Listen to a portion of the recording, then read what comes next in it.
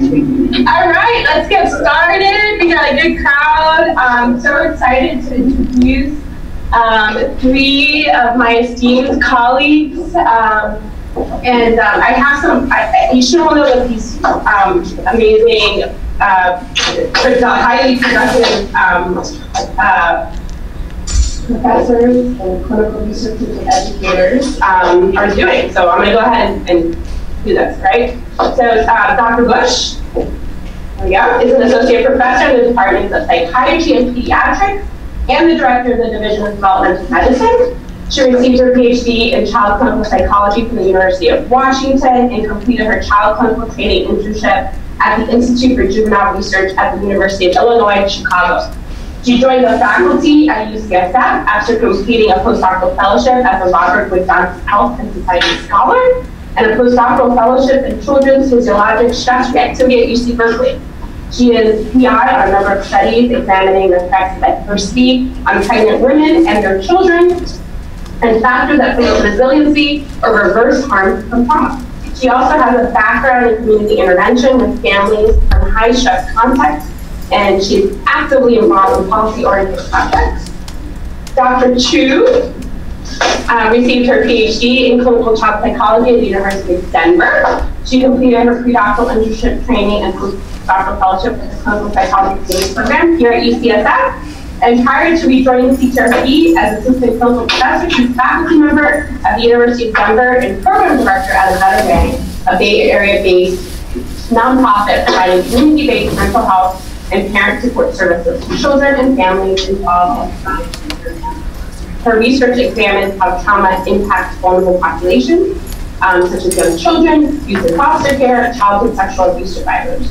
She's also dedicated to bringing evidence-based treatment approaches to community mental health service providers in order to improve access to quality care for families from all backgrounds.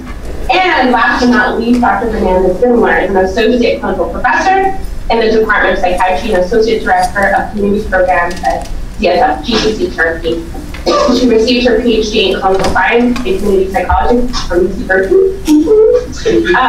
She completed her pre-doc internship at UCSF clinical psychology team program. I see a trend.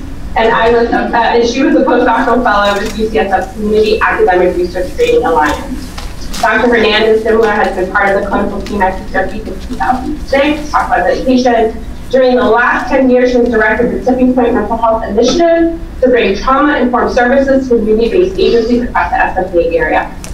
This initiative received the Excellence in Partnership Award in Community Health and Policy Development in 2017 at UCSF Center for Community Engagement. Holy moly, I am so impressed and so excited to have three people presenting today. Let's give them a warm.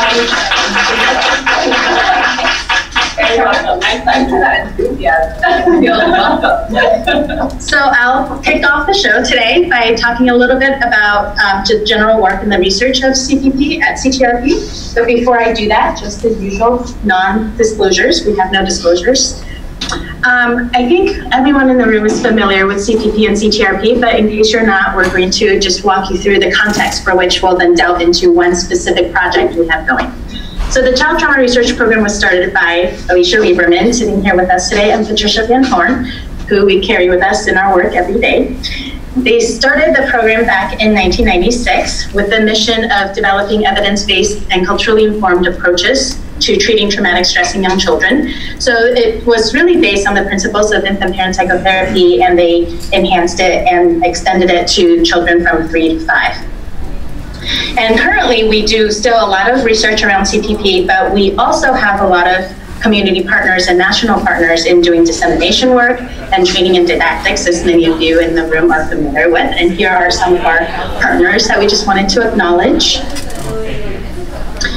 And again, a super quick, brief overview of CPP. It's a treatment that's evidence-based for children aged birth through 5 who have experienced a traumatic event along with their caregivers.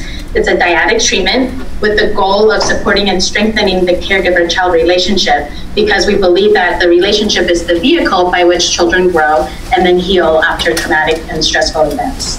There are 3 phases of treatment. There's a foundational phase that's usually 4 to 6 sessions alone with the caregivers, and then a core intervention phase that's anywhere from 6 months to a year, depending on the situation. And we're also looking actively into data on dosage impacts of how many CPP sessions, but that's usually the average length of treatment. And then there's the termination phase, which is a long phase for saying goodbye and making sure that the treatment gains take hold. Here are some intervention modalities. I won't go through them, but just so that you have reference through what CPP might look like during the intervention phase. And also wanted to tell you about 5 randomized controlled trials that CPP is based on. The first 3 are based on RCTs with trauma-exposed children. 2 of them were done right here at UCSF, and 3 of them were done with the University of Rochester team at the Mount Hope Family Center. And you can see that all of these samples are very diverse, both in terms of the events that they were exposed to and in terms of demographics. So this is just some of the demographics for some of the samples. And also wanted to just give you a sense of the number of traumatic events that children and mothers might experience. This is just pulled from one of the subsamples, but you can see that the mean for the number of events in children is 5.33, and in mothers is around 11. So these are highly traumatized families that we're working with. So Nikki will speak more to some of the data. And again, we have tons of findings, and you can find them on our brand new Child Parent Psychotherapy website. But the main message is that children improve after CPP, and you can see that they have reduced trauma symptoms and behavior problems, and also improved infant cortisol regulation, which we're really excited about, to show some biomarker improvements. CPP is also what we've been considering a 2-generation treatment, because not only do we see improvements in children, we also see improvements in mothers. So we see reduced PTSD and global symptoms. We also see improved depression scores and cognitive functioning in these mothers. Again, CPP is an attachment-based relationship treatment model, so of course we expect to see improvements in the relationship. And so we see that in some of the studies in strengthened attachment, in improved self and maternal attributions, and also in their play interactions. We also have some additional outcomes that show, again, improved biological markers, like infant cortisol regulation that I mentioned, also maternal cortisol functioning.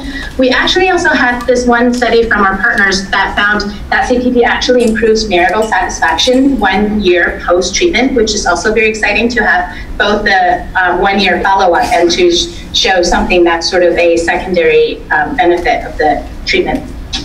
And currently, we're working on a lot of effectiveness studies, looking at CPP in different populations in different countries.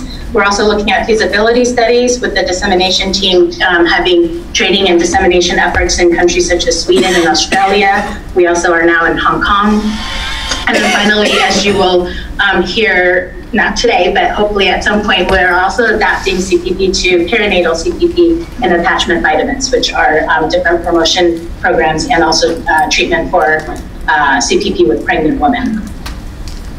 So that's sort of the context of CPP. I breezed through that because I'm just sort of warming up the crowd for Nikki, who will then talk more about the specific CPP health study that you'll hear more about today. And Miriam will also talk about the interaction between clinical and research.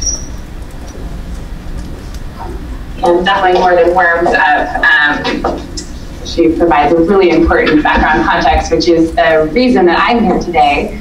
It's because of all the great work that all the people involved in the Child Trauma Research Project have done over the decades to establish this massive evidence base and uptake of this treatment around the world, frankly. And it's that backdrop that I came to the conversation. So I have been trained as a child clinical psychologist, and I've been doing a lot of community-based intervention with very high-risk populations, and I had known for a long time about this intervention. And I completed 2 postdocs in stress physiology and psychobiology because I just felt like I was tired of helping one family at a time, and I wanted to find some evidence that I thought might compel policymakers in a larger way than mental health outcomes, which are often stigmatized and have a lot of victim blame associated. And so I'd done this deep dive for like 4 years into the biology, but I felt very far from my roots. And my goal was to bring it back to real intervention contexts of the communities I cared the most about. But I had lost some of that cred because I wasn't in the Bay Area doing clinical intervention, and I just looked like a really nerdy biology researcher. And so I had been kind of courting and stalking Alicia and Patricia a little bit, and they kept being very kind to me, but they were quite busy saving the world. And so my mentor, Bob Hendren, who was back then, about 6 years ago, the chair of child psychiatry here, hired me onto the faculty, and he said, well, what would your dream project be? And I told him it would be to bring biomarkers to CPP. And so he set up this matchmaker meeting that was all like a facade where we were pretending that there wasn't a strong agenda. And he invited this crew of people that you see here, who are some of the amazing clinicians you already know, but then also some really of the top stress biology researchers at UCSF, Alyssa Epple, Owen Wolfowitz, and Sandra Weiss in nursing, and got us all at the table to talk about a translational project that we thought might be most exciting right now, given all of our expertise. And the long story short is that after a couple-hour meeting, we devised this possibility of a study that later became known as CPP Health. And after everyone else left, Alicia, Patricia, and I stayed another half an hour discussing with great excitement these possibilities. And here's what we came up with over a few, there's the light bulb idea, sorry, a little delay there. A few other folks joined us along the way that I'll highlight in a moment. But in general, this was the study that was born. Welcome, come in. We call it the CPP Health Biomarker Study, or CPP Health for short. And the goals that we had were to understand the effects of early life trauma on maternal and child physiological systems, their mental and physical health. The mental health data was really well established, but we wanted to broaden that. And in particular, to do this work within a low-income, ethnically diverse sample, which is understudied for sure. But more exciting was to demonstrate biological improvement associated, which goes to the machine. So some of the measures that we chose to look at were maternal and child anthropometry, so their body mass index, because that is very related to stress physiology. And we wondered not only for covariate use, but also in terms of whether or not people might change in their adiposity over time. We collected a variety of other biospecimens, which we'll talk about in a moment. Cheek cells from the inside of mom and child's cheeks, saliva from mom and child, hair. I'll show you a picture in a moment, but you take about 30 strands from back here and you do it in a manner where you zigzag so there's not a giant chunk missing, and you lay the hair back down and hopefully like no one is the wiser. And blood, not child blood, because obviously that is, there's like some weird timer thing happening, sorry. Not child blood, because we didn't want to re-traumatize the children in any way. And moms, we know they may have undergone quite a lot of stress, but hopefully cognitively can handle that in this context. And it's really imperative for some of the important stress biomarkers that we wanted to work on. And the study design was one that was already well established in the CTRP clinic. It's a research clinic. Priority is the clinical service delivery, but a very strong foundation of research that I think Miriam will address in a moment, that had a baseline intake that was described by Anne, and then some standardized assessment periods of 20 sessions after therapy or earlier if someone was ready to terminate or needed to terminate prior to 20 sessions. And then if they moved beyond the 20 sessions, a 32 session assessment to really track that longer term therapy outcome. And it was in that context that we were really excited to implement these biomarkers and collect these specimens, which were top of the line and the least invasive for the right communities, and we thought would work. And we were very, very excited about this. But of course, that's a few people in a room discussing this, and gosh, it's crazy making. It takes a lot more than a few people to make this kind of study happen. So Miriam's going to come up and tell us a little bit about that conversation and how we got from that idea stage to the implementation. There's something very bright photo again. Let's see. So my role here in speaking, thank you. I love to see that there are a lot of people in training in here, because I think that as you see the results being shown by Nikki, you'll get so much, I think, inspiration for your clinical work. Anyway, that's a little bit of a teaser.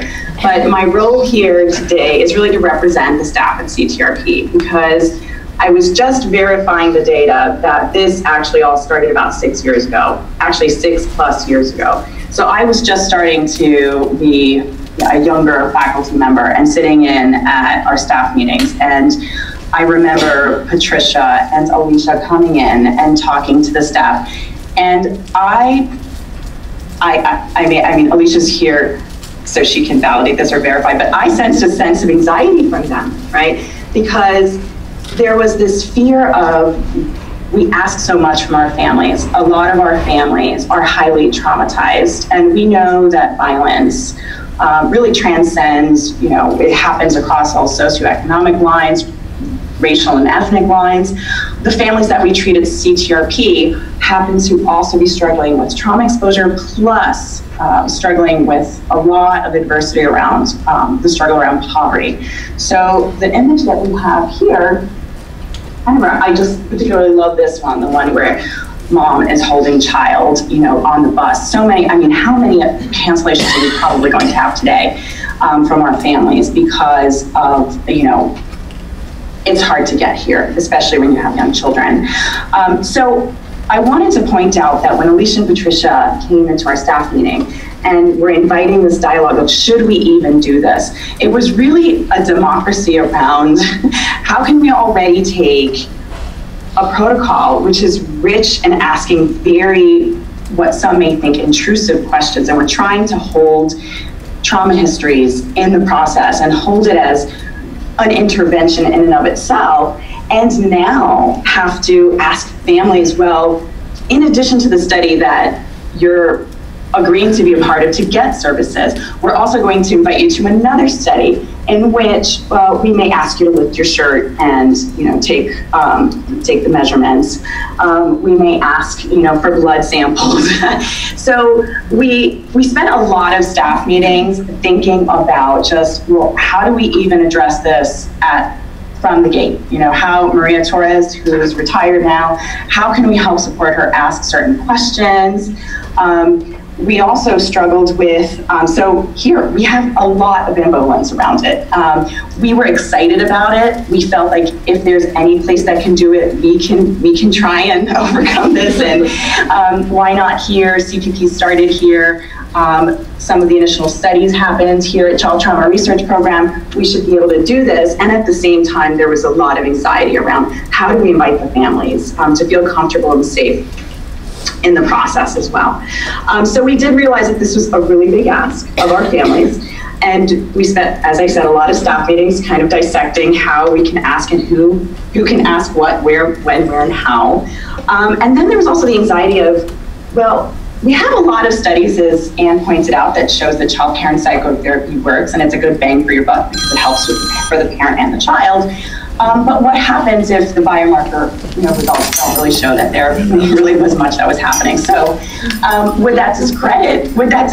And no pressure. So are we setting ourselves up for failure too? So there was that struggle and that conversation. But I think that ultimately what won us over was just a commitment to the advocacy piece, a commitment to, this is the way the field is moving, and our families are reporting to us that they're feeling stressed at these bodily, cellular levels, and we actually found that this is why we had a lot of people saying yes. Only one family said no. And it was their articulation around, of course I know that stress impacts my body, and I want you to be able to prove it. And so our commitment to the advocacy piece and the families being able to articulate that they agreed, with the purpose of the study was an important impetus for us. And then we had the task of finding the right people. So early on, we made the decision that it wasn't going to be the therapists who were necessarily going to be collecting the biomarker. Part of the biomarker data. Some of this was really like, from a research perspective, you don't want a lot of cooks in the kitchen to do very highly sensitive tasks because that really introduces a lot of potential for error. But from a clinical perspective, we were also thinking about what is the meaning behind a therapist who is hopefully going to be therapeutic, also introducing these elements of that might be considered triggering. So we decided that we would just be really careful and be diligent in who we hired and how train them and how we debrief them and how we supported them. And so we have three people who are now off to grad school doing amazing things. Emily Cody Rivera or Gonzalez, who really collected a lot of that initial data. And they are bilingual, some are trilingual, 2 of them are trilingual, and they just were innately just intuitive and just amazing. They couldn't have been a more perfect fits for the patients that they had, how they moved really slowly towards the child, how they introduced some of this data collection. So that's how we basically started to feel really good about how we were going to move forward. There were also some practical issues. We wanted to make sure that we were incentivizing families without making the incentives so big that they felt like they couldn't say no. We really wanted families to be able to say that they could walk away from this if they didn't feel comfortable, but at the same time, we also wanted to compensate them for their time since it was an additional study. There were gift cards. We wanted to make sure that we can have childcare. So for example, if mom had to go get her blood test, we really didn't want the child to be there, so how can we make sure that there is support for that? And then I'll just stop. Here's the exclusionary criteria. We really struggled with that. At CTRP, we have, as you can see from the graphs that Anne showed, a highly traumatized group of families come in. But in addition to that, a lot of our families are on inhaler medications for asthma, or they're in transition. And so stability around housing is in question. And those were some of the exclusionary criteria for us. So we also worried about, well, are we really showing the results of all our families? And will we be able to see change because we're catching a certain subgroup? And just to mention, we're research-based, and so we didn't have to worry at that time so much about billing, and that actually made it, as I'm sure you will mention later, a lot easier to do a study like this. So now for the data, or the big reveal. Right. So here's the first off, because it seems like an older version of our slides were uploaded here today, which I think will be okay. And now I'm starting to tell her not to start somewhere. I think she's running around hunting for someone. We'll troubleshoot. But basically the data are here. I mean, after all of those complexities and all of those challenges, we were successful. The clinicians were supportive and engaged, and we had incredible staff collecting the data and enrolling and consenting. And we managed to enroll 59 families, and they were remarkable. I think we won't stress. We'll work through it. And they're predominantly Latinx, and we had as described earlier, very traumatized sample. The graphs that Anne showed were actually from the CPP Health data set.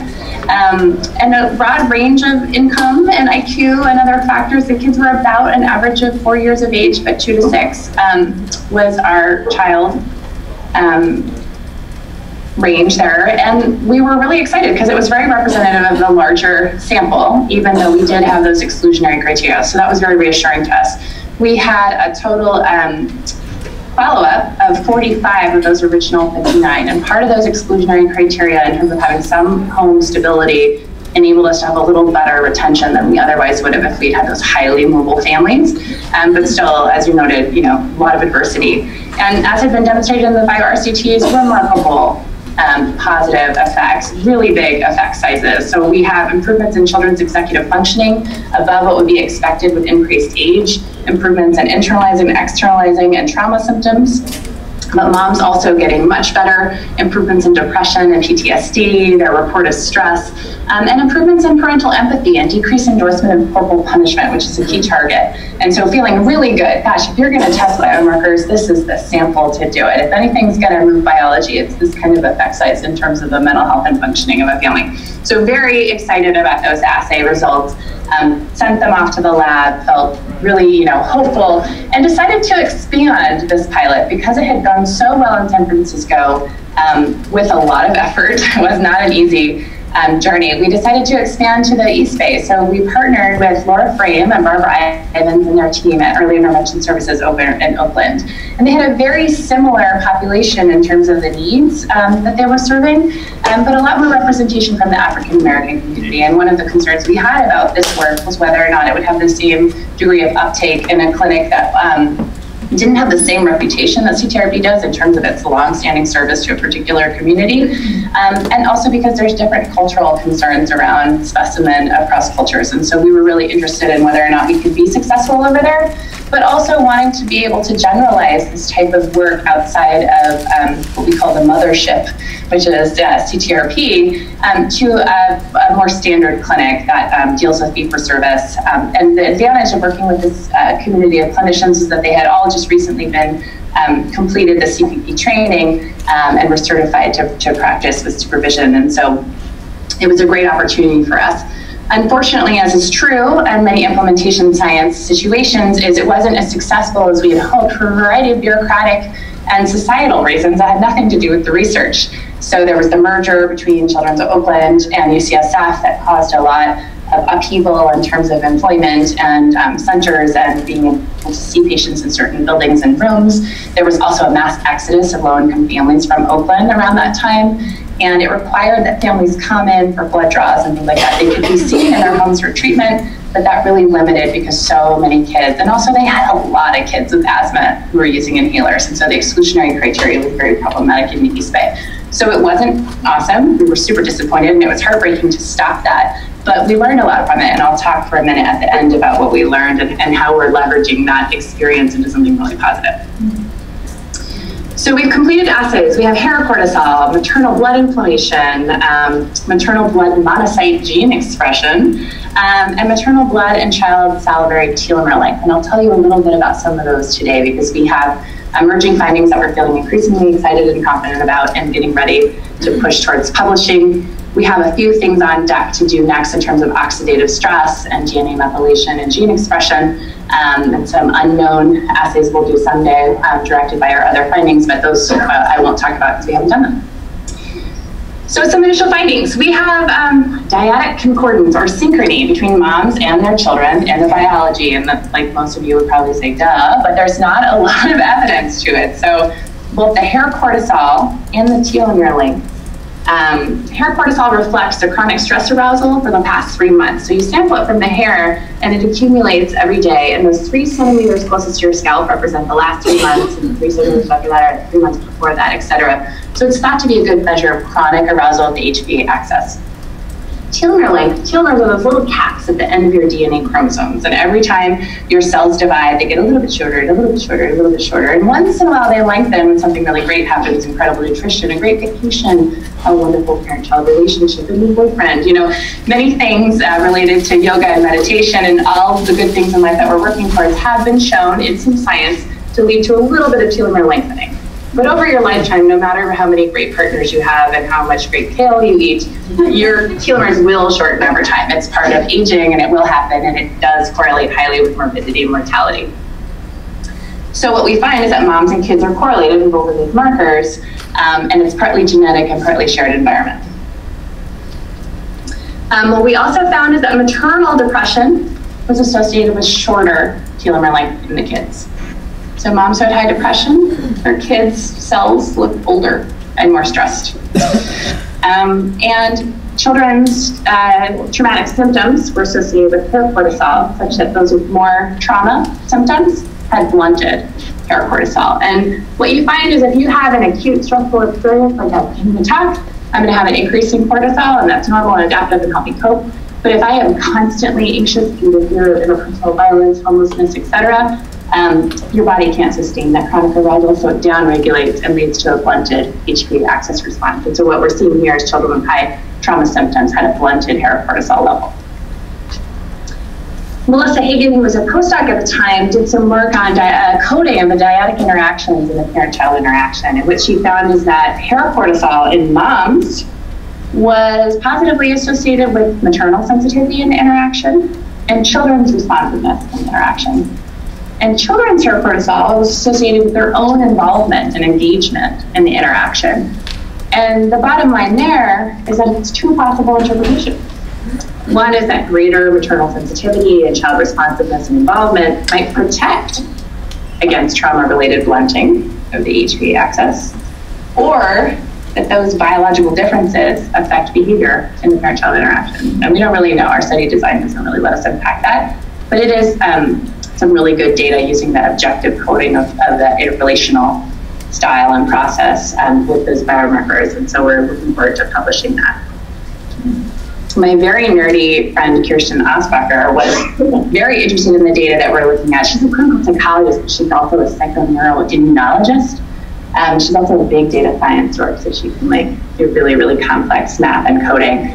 And she took a look at the study design and said, gosh, you know what, you could ask this really great question around inflammation. So she has a background looking at stress and inflammation and depression in adults. And so what she did was use some of the blood we collected from the moms. And she showed that mom's level of inflammation at baseline.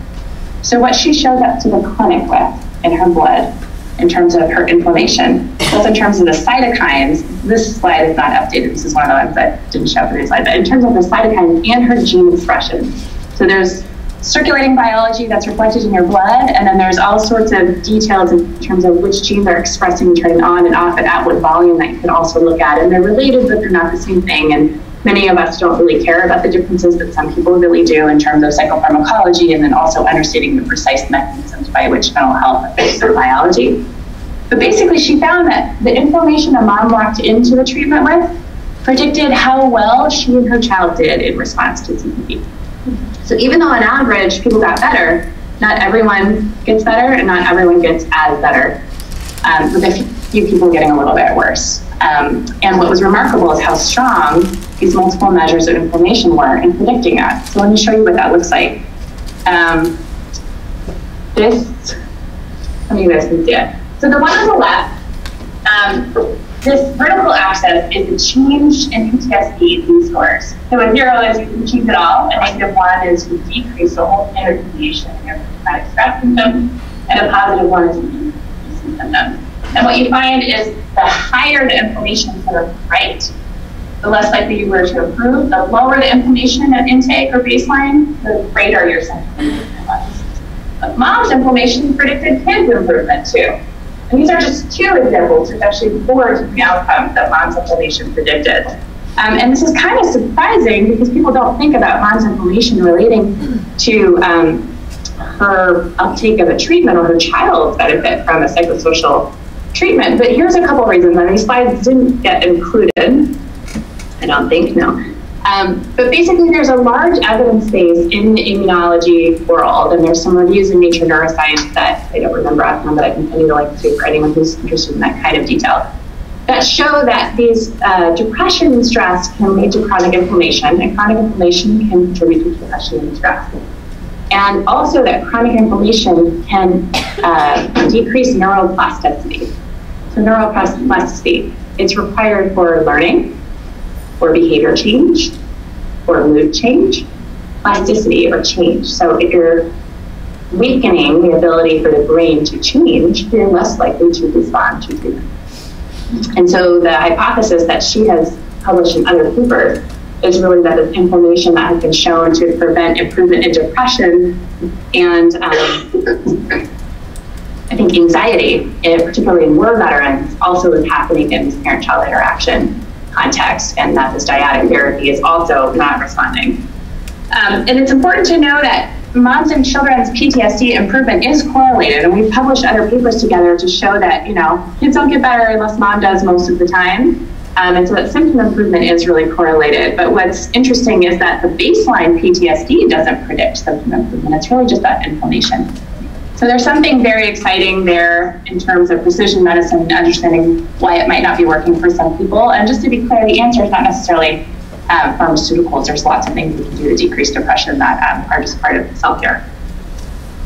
But to really know whether this intervention was working on biology, ideally you have this control group, right? I don't think I have to tell this audience why that's really unethical and not our style. And so this was a pilot intervention only experiment. But I just have to, looking at the data, and I know a lot of the clinicians who are here who did a lot of this work are like, where are the answers? I couldn't quite get it to do what I wanted to do, and I don't mean manipulating it. I just mean I was really underpowered, and we didn't have this comparison group that I could have confidence that the effects I was seeing were real. But I brainstormed, and I had a community-based cohort, the SEED study, stress eating and early development, that I had collected simultaneously, which is an observational cohort. Melanie Thomas helped recruit the pregnant women. And I followed the babies. And what I realized is there's a lot of overlap in that cohort. And I'll show you. Oops, sorry. Oh. They're socioeconomically, racially, and ethnically diverse. There was a lot of Latinas. There was a lot of low income, and they had a lot of diversity. And we recruited from a lot around here a lot of the time. So a lot of the demographic was very similar. So I gave some thought to that. Gosh, sorry, this is a funny thing. This is a picture of a bachelor of women in intervention, so you can do a feel. They're beautiful humans, and we've been following them. They're now 5 and 6. I'll tell you about their data another day. But what we found is that the samples didn't differ. My community observation cohort and CPP didn't differ in income or maternal age. But they did differ in terms of how many were Latina, maternal education, and maternal BMI. The SEED study, the moms were overweight and obese at recruitment. Many CPP moms were, but not all, so there's like a little bit of a difference there. And then the age at baseline was a little bit different, and that just had to do with enrollment criteria. But what I managed to do was look at the 46 possible pre-post CPP kids, the 97 possible pre-post SEED kids, and I used some really nerdy statistics with my colleague Michael to do propensity score matching, which created a matched control group, matching on child ethnicity, maternal BMI. They were not different in income, maternal age, or child BMI either. So all of a sudden we have this demographically similar group that we can make inferences about. We do need to adjust for duration between samples, which I'll show you in a minute, because in my study I didn't have an intervention, so I just assessed them at around age 3 and around age 4, and in CPP we had some kids who were 2 and then 3, or 3 and then 5, depending on their pre-post typing. But what's very exciting is that the two groups, if you're going to do a comparison between a treatment and a control group, you really don't want them to be any different in the beginning, right? Miracle, they weren't different. So in terms of that telomere length, that cellular aging, that shortening that's associated with trauma and risk and diversity and aging, they were identical. So both the SEED study and CPP had an average length of around 7,000 base pairs, which you don't really need to know what that means. You just need to be excited that they were similar. They were not statistically different. And on average, the age of the samples, the kids across all the samples were about 3.5 years old. And when you put in the appropriate covariance for this type of biomarker, what you find is that there was base pair shortening, or telomere length shortening, over the duration. So over a 1-year period, the SEED study shortened about 550 base pairs. So what we know from other studies is that between the ages of 0 and 5, kids' telomere length shortened rapidly, about 300 to 500 base pairs per year. So SEED, because it's a high-stress sample, shortened 550. So it's very consistent with the larger evidence base out there. CPP shortened to 81. So that's a very different number. Highly significant, which is great because we're not very well powered, but we still got this nice p-value that everyone loves and pays attention to so much. But more importantly, they barely shortened at all on average. And here's what it looks like visually. Again, the SEED study is the kind of speckled gray. They are shortening more than average, but what is expected for their demographic and challenges. And CPP really is shortening a little bit more than 100 base pairs. That graph is a little different than the other number, I'm not sure why. And it's highly significant. But what about lengthening? I mentioned, those things can lead to lengthening, right? Well, in the intervention sample, almost half lengthened. In the SEED sample, only 18%. So in this naturally occurring community cohort, and I don't know, maybe some of them got some therapy, we didn't track that, but maybe some of them just had a really great trip to Disneyland or some housing or something like that. But whatever it was, there's a highly significant difference with the odds ratio of lengthening being 3.5 times greater if you were in the intervention. And what about clinically meaningful lengthening? I mean, what is this base pair thing anyway? Well, changing 10% or more in your telomere length is thought to be quite clinically meaningful. We don't know why, but the people that are in charge of this data tell me that. It's thought to be much more closely linked to real biological change that might manifest into improved health. And in CPP, about 13% of the sample changed 10% or more. But in SEED, it was only 5. So the odds in terms of that clinically meaningful lengthening was 2.7 if you were in the intervention. So those are big odds. We like those odds. And so we are hoping to make the claim, and I will try to publish this with my great colleagues once I finish all the nerdy dotting the I's and T's, is that the intervention appears to be associated with telomere lengthening. So we want to repeat this with hair cortisol. It's easier to get for most people. It's more interpretable. A lot more people know about cortisol and hair cortisol. Culturally, it's not necessarily easier to get. There's a lot of complexities, particularly with African-American hairstyles. Boys often have very short hair. Girls have really complex hairstyles that often are difficult to disrupt. So it's not that easy, but for some communities, it's easier. And in particular, we have very limited challenges with the Latinx community. And what we find is that it's just not that easy to analyze. And there are some initial hints, and I'll just give you a hint of kind of what we're seeing. This is the seed sample, that community cohort, and what you see is just like telomere, which shorten over time between 0 and 5. Hair cortisol goes down over time between 0 and 5. And so this is the seed sample across various ages, age 3, age 4, age 5. This is a cross-section at baseline of the seed sample. And age is totally correlated with hair cortisol, and that's very consistent with what's out in larger samples out in the world, so we feel really good about that. Here's CPP. No correlation between the child's age and their hair cortisol level. But there should be. So there's something very dysregulated in that the biggest predictor of hair cortisol in kids is not associated in the sample because there's many other things complicating their level in terms of the trauma exposure is our assumption here. And then here's the really hard part. This is change over time. So the black dots are my community cohort. They are decreasing over time as expected with age. So you can see that general trend. I don't know if you can, but ideally, trust me that the vast majority of the kids in the black dots are going down as they age, and that is normative and expected. There's a few exceptions, there's some kids going up, but the vast majority go down with age. The red is CPP, they're all over the place. We've got a good chunk of kids that are skyrocketing up, and we've got a good chunk of kids who are declining at this incredibly steep rate. And it's part of the reason I haven't given you guys findings yet is it's really hard to analyze that statistically when everyone's going in a different direction. And it would be easier if there were like 500 of them because there's models you can use for really large data sets. But in small data sets, you're limited to how many groups you can do. But what we do know is the 10 kids who go up the most and the 10 kids who go down the most all improve more than the average in mental health symptoms. And so what we think is happening, and what I'd like to talk to my team about once we really check the data, is that for some kids who come in with a blunted hair cortisol, an improvement or an increase is good. And for kids who come in with high cortisol, perhaps due to more acute arousal, going down is good. But for whatever reason in CPP, both going up a lot and down a lot is associated with improved symptoms. And so we're going to try to figure that out. But either way, you can see that the intervention group looks really different than the community cohort in terms of its general trend. And so that's what we're working with here. So my last 2 slides. We're collecting DNA. We'll do some follow-up studies in that outcome. But then just finally, I just wanted to say a big part of this is not just about the telomere slides, which are really exciting and of course bring me a lot of joy to share with you.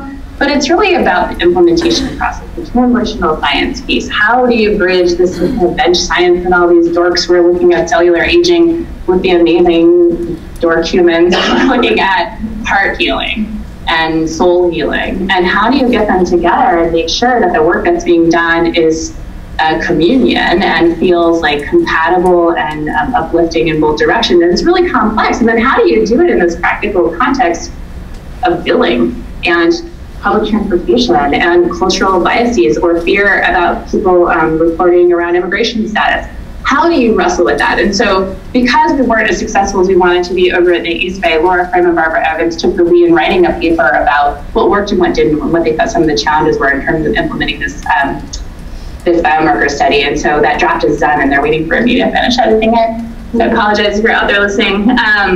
But we're going to work on that with Alicia Lieberman and put that out for folks. Because a lot of people want to add biomarkers and it's not that easy. And I think that's one of the messages I want to send in addition to, like, it's exciting, is that it's been 6 years, and we're still working on it. And so I look forward to publishing that with them, and hopefully that can be something that folks can read. And with that, I want to hand it back over to Miriam, I think, who's going to wrap us up. or that you're working?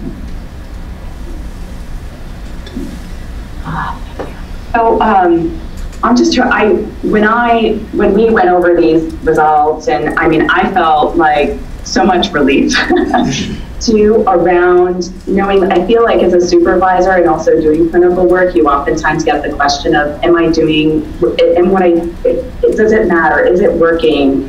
I know it's not getting worse, but is it really making an impact? Especially those of us who do very relationship-based type of therapy work. And what was exciting for me was this was very validating to say, yes, you can take a relationship-based intervention and really see change at a cellular level. And we can be able to communicate that in ways even to our own clients, like really in terms of helping them support and helping them find their inner advocates for their family to get on the bus when they can, or for us to get to them when we can. So some of these findings we felt were intuitive, but it was nice to get the validation. For example, we've always really inherently felt, and there's a lot of research to show that there's synchrony between caregiver and child. And we also are now even more curious what happens if we are more inclusive in terms of families that can be included in this type of study. Will we see an even bigger impact? And also, I really sat very heavily with the inflammation finding around, gosh, what does it really mean to think that some of our families are coming in with something that would make them less amenable to taking the intervention and really seeing growth. And for me, what that means is that, you know, our interventions are dynamic too. And so what might that mean as we continue to build evidence and knowledge about how we can transform interventions? Like, might it be that we need to think about overall wellness and diet and really include that in our intervention somehow? I mean, I don't necessarily think the answer is screening everyone and saying, well, you may not, be able to, but instead just incorporating some healthy elements that might predict better outcomes for everybody and have that be part of the intervention. So it's really kind of an exciting time to think about something that child-parent psychotherapy that's so well established that it may even have room to even have more of an impact if we think about our interventions in terms of precision medicine. And so I also was left wondering, well, what is it about child-parent psychotherapy that really works? I know we're very heavily embedded in the relationship. We also do a lot of case management. We are really helping families get connected to housing resources. We have legal services on site and help them, when we can, get immigration questions and visas when possible. So how does that embedded component of really the advocacy piece around connecting to resources help in terms of seeing these changes? So in other words, how do we dissect child-parent psychotherapy and maybe one day know what helps more than the other? And also, it was also a good opportunity for us to reflect on the importance of trying to include some type of research in our clinical work. We had done that a lot with psychometric measures. I know it's not like we're going to create a clinic in which we're just automatically collecting biomarker data, but just really challenging what are we asking and how can we see change over time. And we also, what I was really proud of is that the researchers and the clinicians we really did try and learn from each other. And we really tried, especially the researchers who, were thinking, well, what do I do when the child is tantruming? Or what do I do when their bodies have been violated and I'm asking them, to help me with this? And really being able to translate the clinical experience to researchers, and the researchers being able to come back and say, this was really difficult for the family, so you may want to really follow up on these different pieces in the intervention, because it happened here, it happened in the place that we are expecting them to feel safe and hoping to build safety around. And so what I'm most motivated is how can our clients benefit from this work? How can we also we've only touched on this a little bit, is, there were families who did ask, well, let me know what you learned. I mean, this was 6 years ago that we started thinking about that. So that, how does that information get back to families who were so excited and gave so much of themselves? And also on a bigger, broader level, and this again is an older slide, but how do we also make an intervention like this that we know works accessible to those who need it? And so just a little shout out to child-parent psychotherapy and the dissemination team, Anshu and Chandra Shippen, and various staff members are part of really bringing child-parent psychotherapy out there. There are 63 trainers now. There are over 227 trainings that have happened. So we're really trying to get it outside of San Francisco General Hospital and out into the world. There's also some global interest as well as on a national level. So I will I tried to speed through that because I also want to acknowledge that there might be some questions. But I don't know if you wanted to take a moment to acknowledge. I think the really important thing is to know there's a couple of us who are obviously this work orchestrated by some of us, but the work is done. I was speaking earlier by the clinicians, briefly, we collected data, but biomarkers are a really exciting intervention in this unit. And you guys do work that in biology. So it's very exciting. We have some incredible funders. It would be impossible to take a village of funders to fund this kind of work. So really wanting to acknowledge that. And then also that you talked a lot about the back and forth between the research and clinicians. And one thing that really struck me is that sometimes the clinicians would say that their biological assessment is really something informative. And I think that's a piece I just wanted to share with Maria in particular. Commented on that a lot, because she would notice that a child that they thought was much better at the follow-up biomarker assessment really dysregulated. They would be inclined to them about what maybe wasn't quite better. So there's a nice opportunity then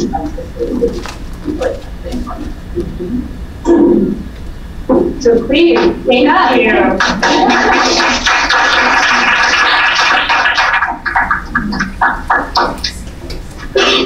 I have a question, but I was thinking about all of this and what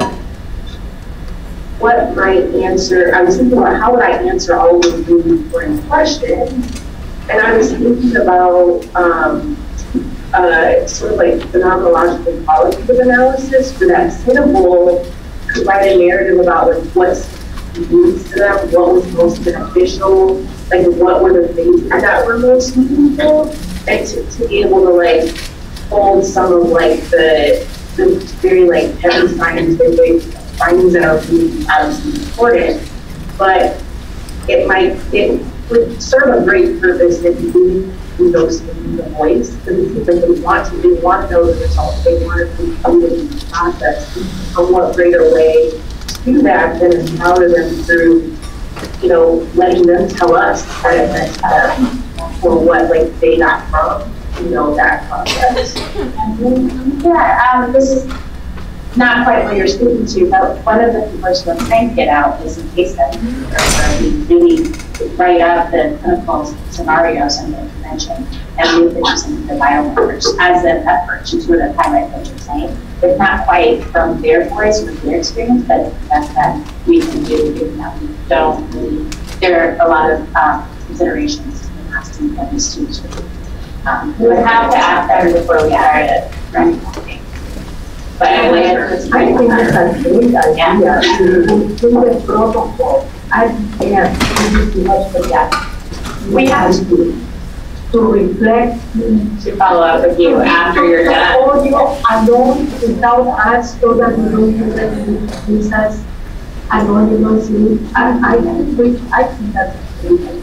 Yeah, so we just take the first step in that direction, but we do now have the consent for when we contact you after we send this over, so we have to like with understanding, so we started in other studies that as part of them, we looked at change and this person change actually about first, and then the clinician said, yeah, we lost the contact. Yes, another big trauma happened. yes, in the right season. There's also so much that we know about what's happening in families' lives, and that's probably why you got that chart. With everyone kind of lose my narrative about what's happening in their lives as well. So. Okay. And you know, that lack of contact compared to impact clients, because we didn't ask them, we can't bother them now, because they're trying to live out their lives, but if we do it proactively with people. Great talk. I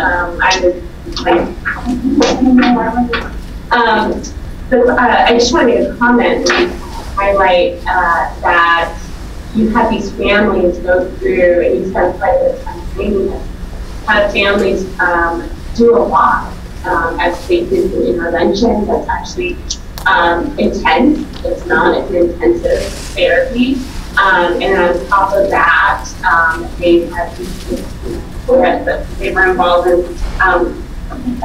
providing more data about themselves. And you just want to highlight that you probably do it. We've got themselves to do it.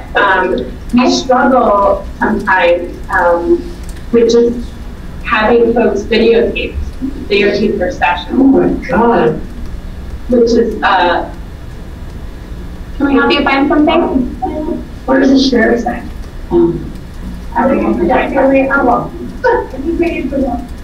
Thank you, Melanie. Thank you. Never mind. Did you tell me where that? I can walk outside. Okay. Thank you. Sorry, what were we saying? So I was just saying, thank you for all those efforts. Sometimes it's really here to ask families to do more than just the intervention. And I was so relieved to hear that families really wanted to do it. Yeah. Thank you. I think that's the other piece, and a lot of the clinicians were worried that the families wouldn't want to do it. And I remember, and maybe some of the clinicians want to speak to this, like in the beginning, they were like really concerned about what it would do to the relationship, but so many of the families were like, oh yeah, I totally believe this affects my biology. I can't wait to prove it, you know, and it was a different response than many expected. You guys want to say anything about that? Anyone? No pressure? Yeah, I mean, I think the most anxiety was around and you know, there were certainly some difficulties about that, but everything else went really well. And the clients were really interested. I got a call 2 months ago. Oh, somebody was saying, so, and that's the next step. Once we vet this and you guys vet it and it gets like, you know, told in a way that's sensitive and accurate, then we need to share it. And we need to figure out the best way to do that. There's lots of approaches. There's like individual feedback. We won't share individual telomere length because it's not predictive in isolation of a large group context effects of people being sued around that issue.